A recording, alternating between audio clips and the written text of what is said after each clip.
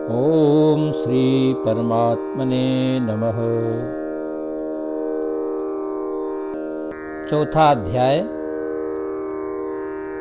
श्री भगवान बोले, मैंने इस अविनाशी योग को सूर्य से कहा था। सूर्य ने अपने पुत्र वैवस्वत मनु से कहा और मनु ने अपने पुत्र राजा इक्ष्वाकु से कहा।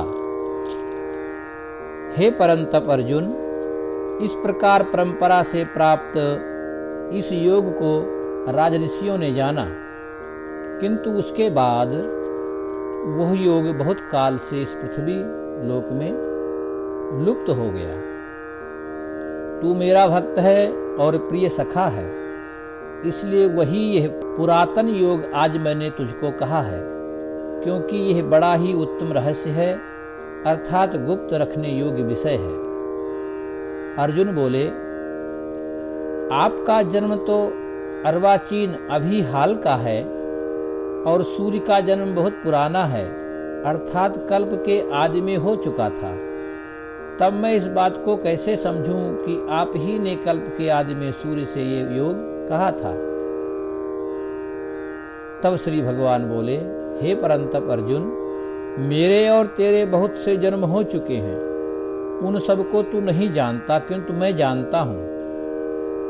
मैं जन्मा और अविनाशी स्वरूप होते हुए भी तथा समस्त प्राणियों का ईश्वर होते हुए भी अपनी प्रकृति को अधीन करके अपनी योग माया से प्रकट होता हूँ। हे भारत, जब जब धर्म की हानि और अधर्म की वृद्धि होती है, तब तब ही मैं अपने रूप को रचता हूँ, अर्थात साकार रूप से लोगों के सम्मुख प्रकट होता हूँ। साधु पुरुषों का उद्धार करने के लिए, पाप कर्म करने वालों का विनाश करने के लिए और धर्म की अच्छी तरह से स्थापना करने के लिए मैं युग युग में प्रकट हुआ करता हूँ। हे अर्जुन, मेरे जन्म और कर्म दिव्य हैं, अर्थात निर्मल और अलौकिक हैं। इस प्रकार जो मनुष्य तत्व से जान लेता है, वो शरीर को त्याग कर फिर जन्म को प्राप्त नहीं होता, किंतु मुझे ही प्राप्त होता है। पहले भी जिनके राग, भय और क्रोध सर्वथा नष्ट हो गए थे और जो मुझ में अनन्य प्रेम पूर्वक स्थित रहते थे, ऐसे मेरे आश्रित रहने वाले बहुत से भक्त उपर्युक्त ज्ञान रूप तप से पवित्र होकर मेरे स्वरूप को प्राप्त हो चुके हैं। हे अर्जुन, जो भक्त मुझे जिस प्रकार भजते हैं, मैं भी उनको उसी प्रकार भजता हूँ, क्योंकि सभी मनुष्य सब प्रकार से मेरे ही मार्ग का अनुसरण करते हैं। इस मनुष्य लोक में कर्मों के फल को चाहने वाले लोग देवताओं का पूजन किया करते हैं, क्योंकि उनको कर्मों से उत्पन्न होने वाली सिद्धि शीघ्र मिल जाती है। ब्राह्मण, क्षत्रिय, वैश्य और शूद्र, इन 4 वर्णों का समूह गुण और कर्मों के विभाग पूर्वक मेरे द्वारा रचा गया है।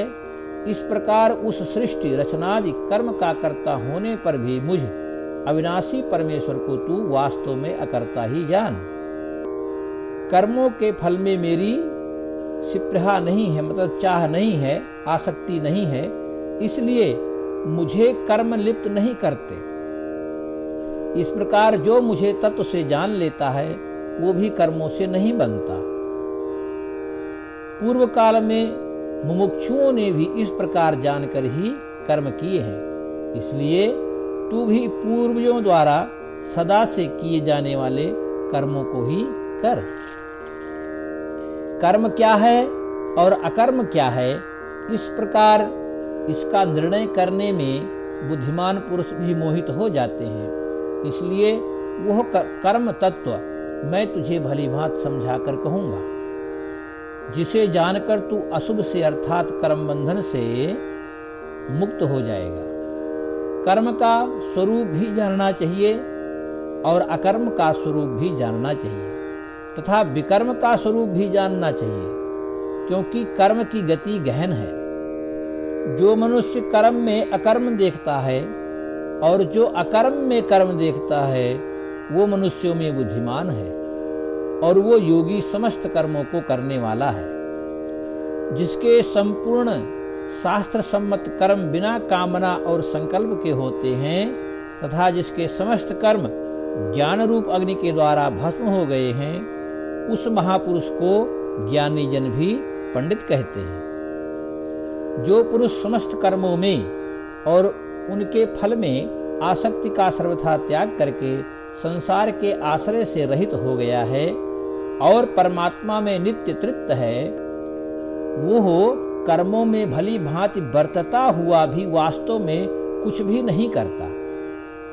जिसका अंतःकरण और इंद्रियों के सहित शरीर जीता हुआ है और जिसने समस्त भोगों की सामग्री का परित्याग कर दिया है, ऐसा आशा रहित पुरुष केवल शरीर संबंधी कर्म करता हुआ भी पापों को प्राप्त नहीं होता।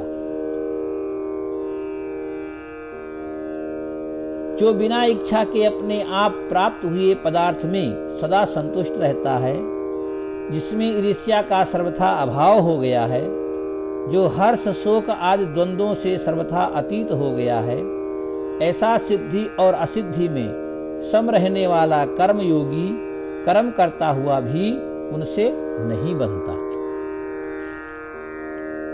जिसकी आसक्ति सर्वथा नष्ट हो गई है, जो देहाभिमान और ममता से रहित हो गया है, जिसकी आसक्ति सर्वथा नष्ट हो गई है, जो देहाभिमान और ममता से रहित हो गया है, जिसका चित्त निरंतर परमात्मा के ज्ञान में स्थित रहता है, ऐसा केवल यज्ञ संपादन के लिए कर्म करने वाले मनुष्य के संपूर्ण कर्म भली भांति विलीन हो जाते हैं। जिस यज्ञ में अर्पण अर्थात सुवा आदि भी ब्रह्म है और हवन किए जाने योग्य द्रव्य भी ब्रह्म है, अर्थात ब्रह्म रूप कर्ता के द्वारा ब्रह्म रूप अग्नि में आहुति देना रूप क्रिया भी ब्रह्म है, उस ब्रह्म कर्म में स्थित रहने वाले योगी द्वारा प्राप्त किए जाने योग्य फल भी ब्रह्म ही है। दूसरे योगी जन देवताओं के पूजन रूप यज्ञ का ही भली भांति अनुष्ठान किया करते हैं और अन्य योगी जन पर ब्रह्म परमात्मा रूप अग्नि में अभेद दर्शन रूप यज्ञ के द्वारा ही आत्म रूप यज्ञ का हवन किया करते हैं। अन्य योगी जन श्रोत्र आदि समस्त इंद्रियों को संयम रूप अग्नियों में हवन किया करते हैं और दूसरे योगी लोग शब्दादि समस्त विषयों को इंद्रिय रूप अग्नियों में हवन किया करते हैं। दूसरे योगी जन इंद्रियों की संपूर्ण क्रियाओं को और प्राणों की समस्त क्रियाओं को ज्ञान से प्रकाशित आत्म संयम योग रूप अग्नि में हवन किया करते हैं। कई पुरुष द्रव्य संबंधी यज्ञ करने वाले हैं तथा दूसरे कितने ही योग रूप यज्ञ करने वाले हैं और कितने ही अहिंसा आदि तीक्ष्ण व्रतों से युक्त यत्नशील पुरुष स्वाध्याय रूप ज्ञान यज्ञ करने वाले हैं। दूसरे कितने ही योगी जन अपान वायु में प्राणवायु को हवन करते हैं, वैसे ही अन्य योगी जन प्राण वायु में अपान वायु को हवन करते हैं तथा अन्य कितने ही नियमित आहार करने वाले प्राणायाम परायण पुरुष प्राण और अपान की गति को रोककर प्राणों को प्राणों में ही हवन किया करते हैं। ये सभी साधक यज्ञों द्वारा पापों का नाश कर देने वाले और यज्ञों को जानने वाले हैं। हे कुरुश्रेष्ठ अर्जुन, यज्ञ से बचे हुए अमृत का अनुभव करने वाले योगी जन सनातन परब्रह्म परमात्मा को प्राप्त होते हैं और यज्ञ न करने वाले पुरुष के लिए तो यह मनुष्य लोक भी सुखदायक नहीं है, फिर परलोक कैसे सुखदायक हो सकता है। इसी प्रकार और भी बहुत तरह के यज्ञ वेद की वाणी में विस्तार से कहे गए हैं। उन सबको तो मन इंद्रिय और शरीर की क्रिया द्वारा संपन्न होने वाले जान। इस प्रकार तत्व से जानकर उनके अनुष्ठान द्वारा तू कर्म बंधन से सर्वथा मुक्त हो जाएगा। हे परंतप अर्जुन, द्रव्यमय यज्ञ की अपेक्षा ज्ञान यज्ञ अत्यंत श्रेष्ठ है तथा यावन मात्र संपूर्ण कर्म ज्ञान में समाप्त हो जाते हैं।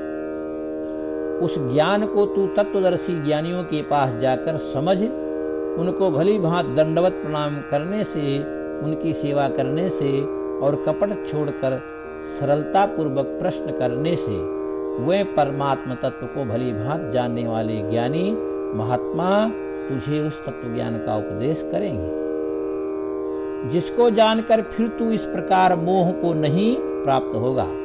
तथा हे अर्जुन, जिस ज्ञान के द्वारा तू संपूर्ण भूतों को निःशेष भाव से पहले अपने में और पीछे मुझ सच्चिदानंद घन परमात्मा में देखेगा, यदि तू अन्य सब पापियों से भी अधिक पाप करने वाला है तो भी तू ज्ञान रूप नौका द्वारा निसंदेह संपूर्ण पाप समुद्र से भली भांति तर जाएगा।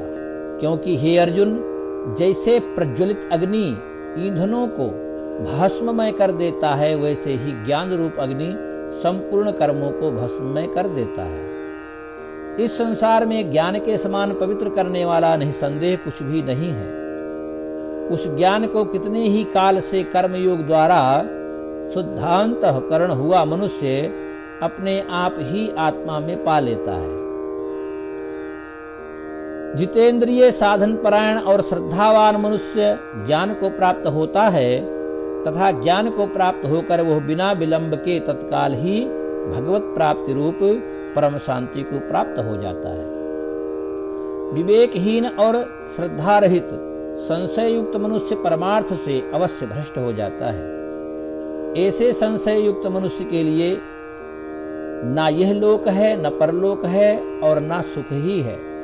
हे धनंजय, जिसने कर्मयोग की विधि से समस्त कर्मों का परमात्मा में अर्पण कर दिया है और जिसने विवेक द्वारा समस्त संशयों का नाश कर दिया है, ऐसे बस में किए हुए अंतःकरण वाले पुरुष को कर्म नहीं बांधते। इसलिए हे भरतवंशी अर्जुन, तू हृदय में स्थित इस अज्ञान जनित अपने संशय का विवेक ज्ञान रूप तलवार द्वारा छेदन करके समस्त रूप कर्म योग में स्थित हो जा और युद्ध के लिए खड़ा हो जा। चौथा अध्याय समाप्त। हरि ओम तत्सत, हरि ओम तत्सत, हरि ओम तत्सत।